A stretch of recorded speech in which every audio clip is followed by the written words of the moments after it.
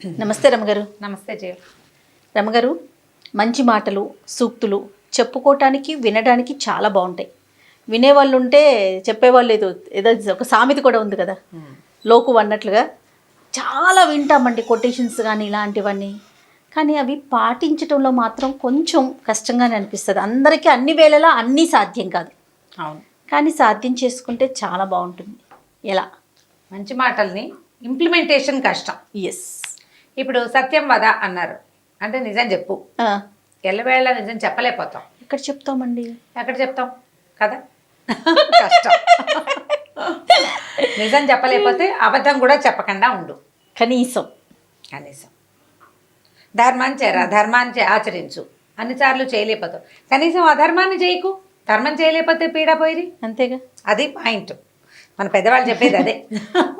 అయితే ఈ 4 మంచి మాటలకు ఒక మంచి కథ ఉంది, చెప్తాను. పూర్వం ఒక వ్యాపారి ఉండేవాడట. ఆయనకి ఏంటంటే ఎవరి దగ్గరైనా మంచి మాటలు వినటం ఇష్టం. ఆయన వినయశీల్ అనమాట. అయితే ఆ వినడం వింటాడు, మంచి మాటలు వింటాడు. ఎవరైనా వస్తే మంచి మాటలు చెవిని వేసుకోవడానికి గుళ్ళోకి వెళ్ళి తర్వాత హరికథలు విని అలా చేసేవాడు. అయితే ఏమైందట, ఒకసారి ఒక సాధువు ఆ ఊరు వచ్చాడు. ఈయన పోయి ఆయన దర్శనం చేసి ఏదో పండో ఫలమో సమర్పించి దండం పెట్టాడు. అయ్యా ఏదైనా ఒక మంచి మాట చెప్పండి అన్నాడు.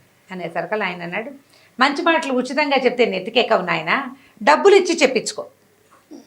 మంచి మాటకి 100 రూపాయలు అన్నాడు.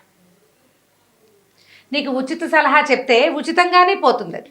అదే నువ్వు డబ్బులు ఇస్తే ఏం మాట్లాడాలో నువ్వు అదే మాట్లాడతావు, ఏం తెలుసుకోవాలో అదే తెలుసుకుంటావు, అక్కర్లేని మాటలు ఉండవు కదా.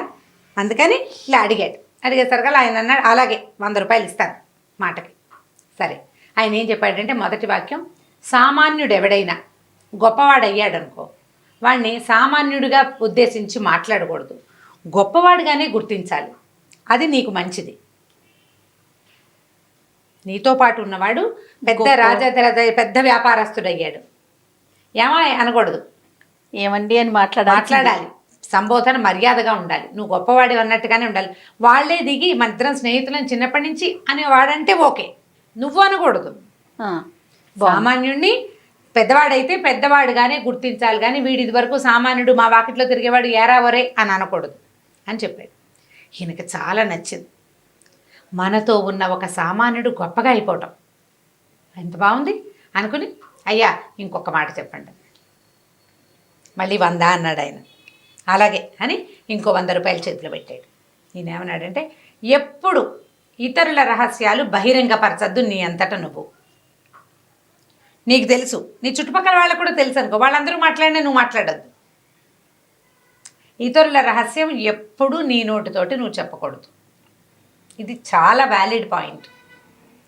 మనం డిస్కస్ చేయడానికో, ఎవరికైనా చెప్పడానికో, లేకపోతే దాని గురించి మనం తెలుసుకోవటానికో ఎవరికైనా చెప్పామంటే అది పెదవి దాటితే పృథివీ దాటితే చాలా ఇబ్బందులు వస్తాయి దాంతో. అందుకని ఇతరుల రహస్యాలు చెప్పకూడదు. ఈయనకి ఇది కూడా బాగుంది, బాగా నచ్చింది. అయ్యా ఇంకొక మాట చెప్పండి అన్నాడు. జేబు చూసుకున్నాడు, డబ్బులు ఉన్నాయి. ఇంకో 100 రూపాయలు చేతిలో పెట్టాడు. ఈయన ఏమన్నాడంటే, పని వాళ్ళతో చేయించగలిగే పనిని వాళ్ళతో చేయించు, నీ సమయాన్ని వృధా చేసుకోబోక. వ్యాపారస్తుడు కదా ఈయన, అన్ని పనులలోకి దిగి నువ్వు చేయొద్దు. వాళ్ళు ఎవరో చేస్తారు, నీ దగ్గర పనివాడు ఉన్నాడు, గుమాస్తా చేయాల్సిన గుమాస్తాతో చేయొచ్చు. అది ఎలా చేయాలో నువ్వు అక్కడ నిలబడి దగ్గరుండి చేయించి సమయం వృధా చేసుకోబోక. ఇది వ్యాపారానికి ఉపయోగపడుతుంది. అవును, వ్యాపార లక్షణం కదా అది. మనం ఇంకా కొంత ఆలోచించుకోవచ్చు. మన సమయాన్ని వృధా చేసుకోకుండా నీ పని నువ్వు చేసుకుంటావు, వాడి పని వాడు చేసుకుంటావు. సూపర్, బాగుంది. ఇంకో 100 ఇచ్చాడు. ఇంకొక మాట చెప్పండి, ఇదే ఆఖరి. ఆయన దగ్గర 400 ఉండే, 400 ఇచ్చేసాడు. అప్పుడు ఈయన ఏమన్నాడంటే, నీ మనసుకి నొప్పి కలిగిన చోట ఉండద్దు. నీకు మనసుకి చాలా కష్టంతో వచ్చింది, ఇంకక్కడ ఉండద్దు, వెళ్ళిపో అని చెప్పాడు. 400 ఇచ్చి ఈ 4 మంచి వాక్యాలు తెలుసుకున్నాడు ఆయన. ఇది అందరికీ పాఠమేనండి, అందరికీ పాఠమే. ఇందులో నుంచి నేను కూడా పాఠం నేర్చుకున్నాను. చాలా అత్యద్భుతమైన పాఠం ఇది. సరే, బాగుంది. అయితే ఏమైంది, కొంతకాలం అయ్యాక ఈ వ్యాపారస్తుడికి బిజినెస్లో నష్టం వచ్చింది. అక్కడ అకాల వర్షాలు వచ్చి ఈయన తాలూకు ఓడలు మునిగిపోయినాయి, బళ్ళు విరిగిపోయినాయి, డబ్బంతా పోయింది. ఇది కొద్దిగా ఉంది. నేను ఏమనుకున్నాడంటే, ఈ పువ్వులు అమ్మిన చోటే కట్టెలు అమ్మకూడదు, అంతేగా వేరే ఊరు వెళ్దాం అనుకున్నాడు. వేరే ఊరు వెళ్ళడానికి ఏమైంది, ఇంకా పెద్దగా భార్య సంతానం సంసారం ఏం లేదు. ఈయనకు ఒక గుమాస్తా ఉన్నాడు. ఆ గుమాస్తాని, నేను కూడా వస్తాను దొరగారు, మీరు ఎక్కడికి వెళ్తే నేను కూడా అక్కడికి వస్తానండి అన్నాడు. ఎలాగో సహాయం కావాలి కదా, ఏవో 2 బళ్ళు కట్టుకున్నారు, ఉన్న సామాన్లు అందులో ఎక్కించుకుని పొరుగు రాష్ట్రానికి బయలుదేరారు. ఇంకో రాజ్యానికి, పొరుగు రాజ్యం, రాష్ట్రం కాదు, ఆ రోజుల్లో రాజ్యాలు ఉండేవి. రాజ్యానికి వెళ్తే సరే, ఆ రాజ్యపు ఊరి మొగదల్లో ముందు రోజు రాత్రే విశ్రాంతి తీసుకున్నారు.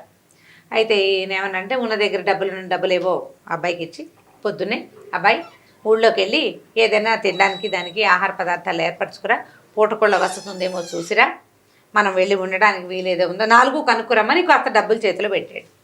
ఈ గుమాస్తా కుర్రాడు ఆ డబ్బులు పుచ్చుకుని ఊళ్ళోకి వెళ్ళాడు. దైవవశాత్తు ఆ ఊరు రాజుగారు ముందు రోజు కొద్ది రోజుల ముందు పోయారు. ఆయన దినకర్మలన్నీ అయిన తర్వాత ముహూర్తం పెట్టుకున్నారు. ఈ రోజు ఉదయం నగర ప్రవేశం మొట్టమొదట ఎవరు చేస్తారో వాడే మన రాజు అని నిర్ధారించుకుని ఉన్నారు వాళ్ళు. తెల్లవారంగానే నగర ప్రవేశం చేశాడు వ్యాపారస్తుడు గుమస్తా. ఆయన్ని కనపడంగానే ఓహో దొరికేశాడు మనకు రాజన్నారు కుర్రాడు. చిన్న వయసు వాడైతే 4 నేర్పించుకోవచ్చు, చూడడానికి బాగానే ఉన్నాడు, కొంచెం లెక్క డొక్క తెలిసిన వాడు, ఒక శుద్ధి ఉంది వాడికి, 4 ముక్కలు వచ్చు.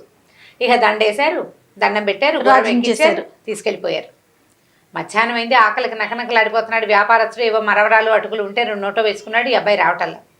ఏమైందో, ఏదో ప్రమాదం వాటిల్లిందా కుర్రాడు, వాడు డబ్బులు పుచ్చుకుని పారిపోయే రకం కాదు, ఇంత దూరం వచ్చాడు కదా మనతో పాటు.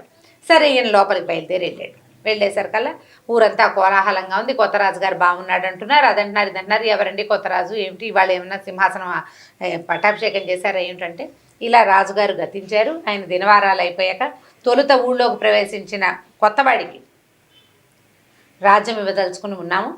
ఇవాళ పొద్దునే ఒక కుర్రాడు వచ్చాడు, అతన్ని రాజుని చేశామంటే తన గుమాస్తాయే రాజు అయ్యాడని ఆయనకు అర్థమైంది. గబగబా మెల్లిగా అంతఃపురాన్ని అక్కడికి రాజప్రాసాదం దగ్గరికి వెళ్ళి నేను ఫలానా అని చెప్పాడు. చెప్పేసరికి లోపలికి కబురు వచ్చింది.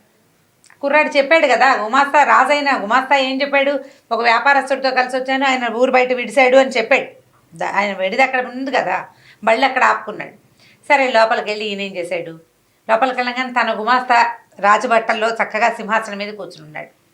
ఈయన గుర్తొచ్చింది, 100 రూపాయలు ఇచ్చి ఒక మంచి మాట కొనుక్కున్నాడు. తను మొదటి వాక్యం ఏమిటి, సామాన్యుడు గొప్పవాడైతే అతన్ని సామాన్యుడిగా కాకుండా గొప్పవాడిగా పరిగణించాలి. నమస్కారం మహారాజా అని పలకరించాడు. ఆ మహారాజా అయిన కుర్రాడికి ఏనుగొక్కినంత సంతోషం వచ్చింది. మహారాజా అయిన సంతోషం కంటే తన యజమాని తనని మహారాజుగా గుర్తించిన పాయింట్ వ్యాలిడ్ పాయింట్స్ అన్నమాట. అత్యద్భుతమైంది. ఆయన చాలా గౌరవించి, ఈయన నాకు ఒకప్పటి యజమాని, నాకు అన్ని చదువు అంటే అన్ని విద్యలు, వ్యాపారం చేయటం, అందులో మెళకువలు ఈయనే నేర్పించాడు, ఈయన నా మంత్రిగా ఉంచుకుంటానని ప్రకటించాడు. ఈయన అక్కడ మంత్రి అయిపోయాడు. ఈయన అక్కడ వ్యాపారం కోల్పోయి వచ్చాడు కదా, సరే ఓ ఇల్లు వాకిలి ఏవో అలాట్ చేశారు, మంత్రులకు ఇచ్చేవి కొత్త మంత్రి గారికి కూడా ఇచ్చారు. ఆయన బండి గిండి అన్నీ తెప్పించి ఇక్కడ పెట్టారు. సరే రాజుగారికి ఆయన భార్యని, ఆ ఊళ్ళో అక్కడ పెళ్ళయింది గుమాస్తాకి, ఈయన వెనకాల వచ్చాడు కదా, ఆవిడని తెప్పించారు. ఆవిడ తెప్పించేశారు. తెప్పించిన తర్వాత ఏమైంది, కొద్ది రోజులు గడిచాయి. ఒకరోజు ఈ రాజుగారు ఇప్పుడు ఈ గుమాస్తా కుర్రాడు భార్యని అక్కడ వదిలిపెట్టి ఇక్కడికి వచ్చాడు ఈయనతోటి. ఆ భార్యకి అక్కడ ఎవరితోటో ఫ్రెండ్షిప్లు ఉన్నాయి. ఆ అమ్మాయి ప్రవర్తన అంత మంచిది కాదు.